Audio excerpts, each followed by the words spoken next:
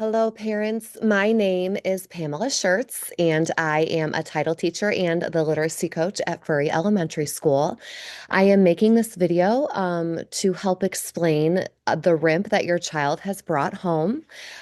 So I'm going to show you what your RIMP will look like and explain each section.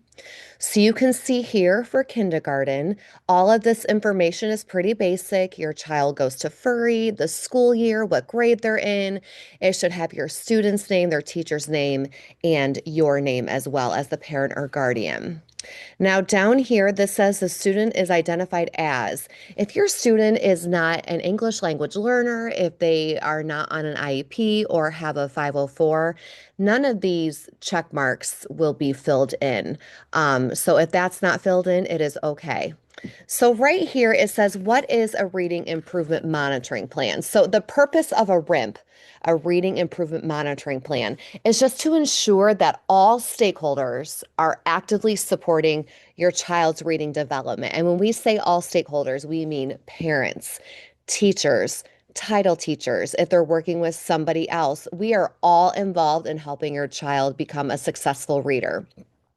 So it holds us accountable, the stakeholders, for providing targeted instruction and intervention to close any academic gaps that will promote your child's success. So that is basically encompasses what a RIMP is. So down here, you will see this is how we were able to use data to see if your child needed to go on a RIMP or not.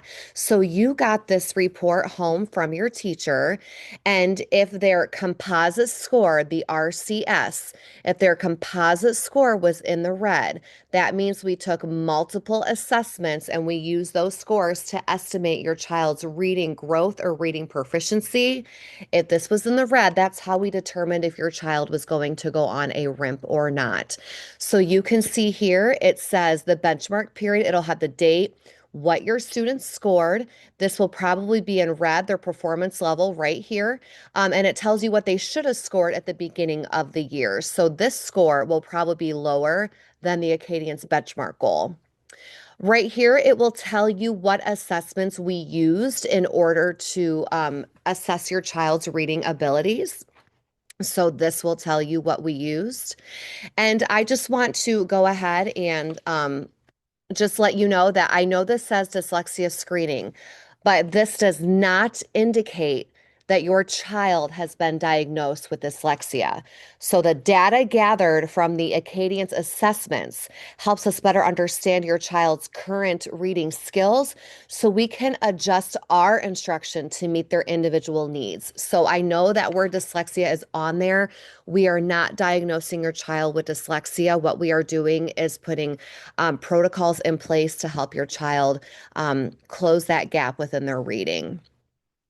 So you will see right here, this is what we are going to provide your child. So in kindergarten, we'll focus on phonemic awareness and probably phonics. So those are the skills that we are going to work on to help your child close that gap. The different tiers mean how are they getting that instruction? So tier one means that they are getting that from their teacher inside their classroom. So tier two means maybe they're getting some extra help from a title teacher or another staff member in the building that might be going over first sound fluency. Like, for example, if I say book, what's my first sound? B. Or are we doing letter names and sounds? So we might show them flashcards of letters and they have to tell us the letter names and sounds. If they don't get it correct, we might use a sand tray or other hands-on things to help them grasp what the letter is and the sound it makes. So these are this down here, we have to code everything in our computer system called EMIS. So we have to say what we are doing. So are we helping your child in sight word recognition? Are we helping them in decoding? And then right here, we're going to tell you how many days a week we are doing that and how many minutes a day, how many minutes or how many days a week. So you can see here, we have different interventions that we can provide your child. Whichever one is checked is going to be the one that will have the days in the week and the minutes and the day. Okay, so down here, this tells you what program we used that we are going to use during intervention time. Everything that we use here at Perkins Local Schools has been research based, and we use our materials based on the science of reading, which is basically decades of research, and it allows us to teach reading in a systematic way because our brains are not geared to read, our brains are geared to talk. So we literally have to teach the brain how to read and how to train it. So this is the these are the programs that we are going to use.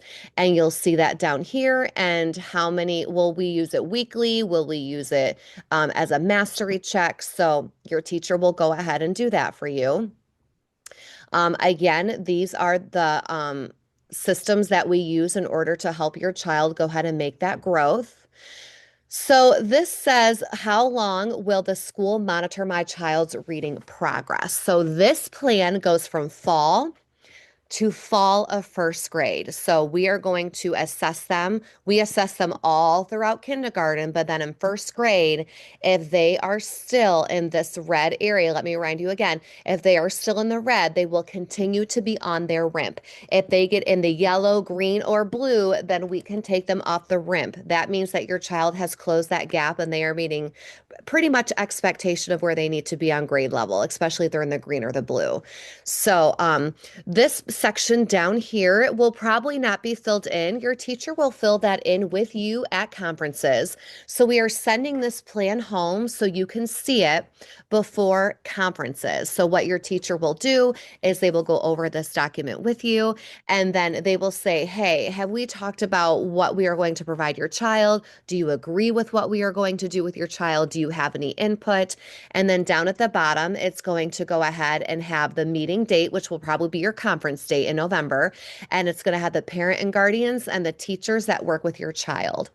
So I really hope this video was helpful in understanding what a RIMP is and what data we used to decide if your child was going to be on a RIMP.